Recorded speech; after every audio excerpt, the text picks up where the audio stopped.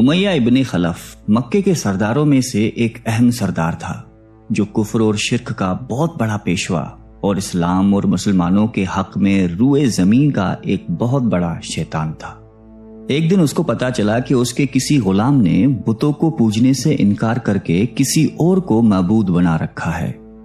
اس نے غلام کو فوراً بلا کر یہ پوچھا کہ میں نے سنا ہے کہ تم نے کوئی اور معبود بنا لیا ہے، سچ سچ بتاؤ کہ تم کس کی عبادت کرتے ہو؟ غلام نے کہا کہ محمد صلی اللہ علیہ وآلہ وسلم کے خدا کی۔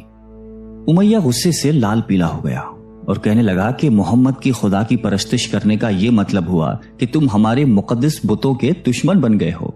سیدھی طرح راہ پہ آ جاؤ ورنہ ذلت کے ساتھ مارے جاؤ گے۔ میں یہ ہرگز برداشت نہیں کر سکتا ہوں کہ تم بتوں کی پوجا کرنے والے کے غلام رہ کر محمد کے خدا کی پرستش کرو۔ وہ غلام جو توحید کا سچے دل سے شیدائی ہو چکا تھا، اس نے بے دھڑک امیہ کو جواب دیا کہ میرے جسم پر تو تمہارا زور چل سکتا ہے، لیکن میں اپنا دل اور اپنی جان محمد صلی اللہ علیہ وآلہ وسلم اور اس کے خدا کے پاس رکھ چکا ہوں۔ اب اللہ کی عبادت ہی میری زندگی کا مقصد ہے اور تمہارے خود سے بنائے ہوئے بتوں کو پوجنا میرے بس کی بات نہیں ہے۔ یہ جواب سن کر امیہ بن خلف غیظ و غضب سے دیوانہ ہو گیا۔ ایک غلام نے اسے بے دھڑک جواب دے دیا تھا۔ اس نے کڑک کر کہا کہ اچھا تو پھر اپنی بے دینی کا مزہ چکھ، دیکھوں گا میں کہ محمد اور اس کا خدا تجھے کیسے بچاتے ہیں۔ امیہ کے تشدد شروع ہو گئے۔ مکہ کی زمین گرمی کے سبب بڑی مشہور تھی۔ امیہ اپنے غلام کو دوپہر کی تپتی دھوپ میں زمین پر لٹا کر سینے پر بھاری پتھر رکھ دیتا تھا کہ وہ کروٹ نہ لے سکے۔ پھر کہتا تھا کہ محمد کے دین سے باز آ جاؤ، لیکن اس ظلم کے باوجود بھی اس غلام کے منہ سے سوائے احد کے کچھ نہیں نکلتا تھا۔ امیہ مزید غضبناک ہو کر اذیتیں مزید بڑھاتا جاتا۔ ایک مرتبہ تو امیہ نے ظلم کی انتہا کر دی۔ پورا ایک دن اور پوری ایک رات غلام کو بھوکا پیاسا رکھا اور تپتی ہوئی ریت پر لٹا کر اسے تڑپنے کا تماشا دیکھ رہا تھا۔ اس کی یہ کوشش بھی غلام کو حق سے نہ ہٹا سکی۔ آخر تھک ہار کر امیہ نے مکے کے بدماش لڑکوں کو بلایا اور ان سے کہا کہ اس غلام کو اتنی اذیتیں دو کہ یہ محمد اور اس کے خدا کا نام لینا بھول جائے۔ یہ لڑکے امیہ کی خوشی حاصل کرنے کے لیے اس بے بس غلام کو بری طرح مارتے پیٹتے تھے۔ جسم کے کپڑے اتروا کر لوہے کی چادریں پہنا کر تپتی دھوپ میں کھڑا کر دیتے تھے، لیکن غلام کی زبان سے احد کے سوا کچھ نہیں نکلتا تھا۔ اسلام کی راہ میں یہ بے پناہ اذیتیں سہنے والے صحابی کوئی اور نہیں بلکہ حضرت بلال حبشی رضی اللہ تعالیٰ عنہ تھے۔ انہی ظلم و ستم کے دوران ایک دن حضرت ابو بکر صدیق رضی اللہ تعالیٰ عنہ کا ادھر سے گزر ہوا۔ آپ رضی اللہ تعالیٰ عنہ نے امیہ سے فرمایا کہ اے امیہ، اس بےکس اور مظلوم پر اتنے ظلم و ستم نہ کر۔ اس نے تمہارا کیا بگاڑا ہے؟ وہ خدائے واحد کی عبادت کرتا ہے۔ اگر تو اس پر احسان کرے تو یہ احسان آخرت میں تیرے کام آئے گا۔ اس پر امیہ نے نہایت حقارت سے کہا کہ میں تمہاری اس خیالی آخرت کے دن کو نہیں مانتا، جو میرے دل میں آئے گا میں تو وہی کروں گا۔ صدیق اکبر اس جواب پر کافی افسردہ ہوئے، لیکن پھر بھی آپ رضی اللہ تعالیٰ عنہ نے اسے سمجھایا کہ اس مظلوم پر ظلم و ستم کے پہاڑ توڑنا تیری شایان شان نہیں ہے۔ جس پر امیہ نے تنگ آ کر کہا کہ اگر تم اس کے اتنے ہمدرد ہو تو اسے خرید کیوں نہیں لیتے؟ حضرت ابو بکر صدیق جھٹ تیار ہو گئے اور فرمایا کہ بولو کیا دام لوگے؟ امیہ نے کہا کہ تمہارے پاس ایک غلام ہے جس کا نام فسطاط رومی ہے، وہ مجھے دے دے اور اس کو لے جا۔ حضرت ابو بکر صدیق رضی اللہ تعالیٰ عنہ فوراً ہی راضی ہو گئے، جبکہ امیہ کا خیال تھا کہ فسطاط ایک نہایتی کارآمد غلام ہے جس کی قیمت زیادہ ہے اور حضرت ابو بکر صدیق رضی اللہ تعالیٰ عنہ اسے دینے سے انکار کر دیں گے، مگر آپ فوراً راضی ہو گئے۔ تو امیہ کو سخت مایوسی ہوئی اور اس نے ساتھ ہی 40 اوقیہ چاندی کی فرمائش کی۔ اسے بھی حضرت ابو بکر صدیق رضی اللہ تعالیٰ عنہ نے بخوشی ادا کر دیا۔ حضرت بلال رضی اللہ تعالیٰ عنہ کو ساتھ لے کر دربار رسالت میں حاضر ہوئے اور سارا ماجرا کہہ سنایا۔ آپ صلی اللہ علیہ وسلم نہایتی خوش ہوئے اور فرمایا کہ ابو بکر، اس کار خیر میں مجھے بھی شریک کر لو۔ صدیق اکبر رضی اللہ تعالیٰ عنہ نے فرمایا کہ یا رسول اللہ، میں اسے خدا کی راہ میں آزاد کر چکا ہوں۔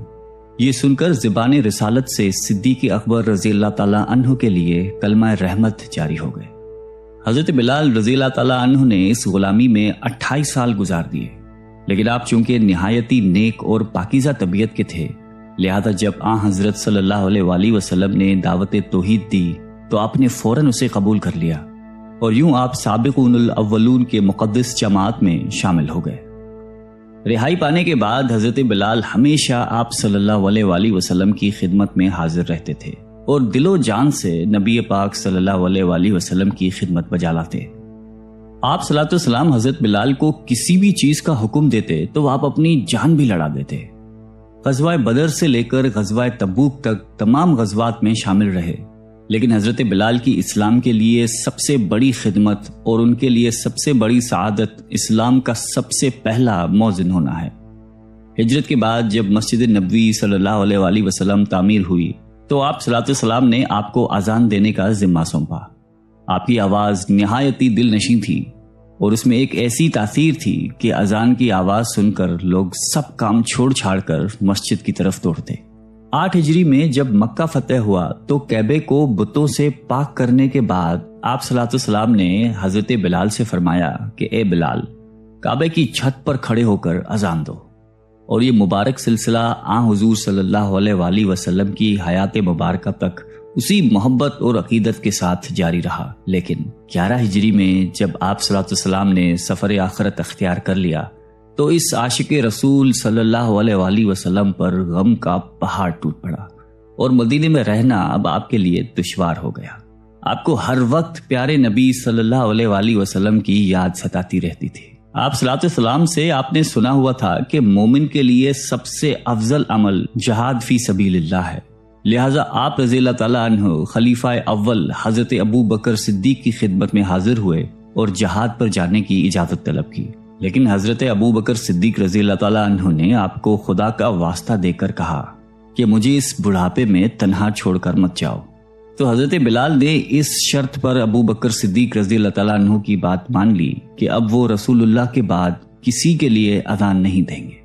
حضرت ابو بکر صدیق رضی اللہ تعالیٰ عنہ نے ان کی یہ بات مان لی، لیکن آپ کے دور خلافت کے بعد خلیفہ دوم حضرت فاروق اعظم رضی اللہ تعالیٰ عنہ کے دور میں بھی جب بیت المقدس کی تسخیر کے لیے شام جانا پڑا تو وہاں عیسائیوں سے صلح نامہ طے پانے کے بعد حضرت عمر فاروق رضی اللہ تعالیٰ عنہ نے ایک خطبہ دیا اور حضرت بلال سے درخواست کی کہ آج جبکہ قبلہ اول پر توحید کا پرچم لہرا دیا ہے تو اس باعظمت موقع پر اگر آپ اذان دیں تو ہم آپ کے مشکور رہیں گے۔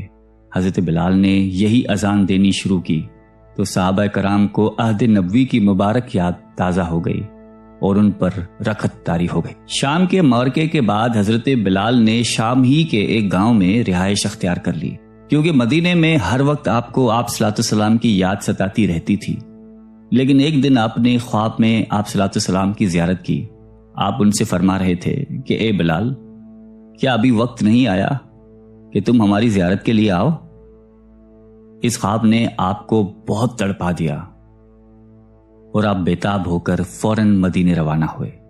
مدینے پہنچ کر حضرت بلال نے روزہ اقدس پر حاضری دی اور اس درد سے روئے کہ حاضرین بھی اشکبار ہو گئے۔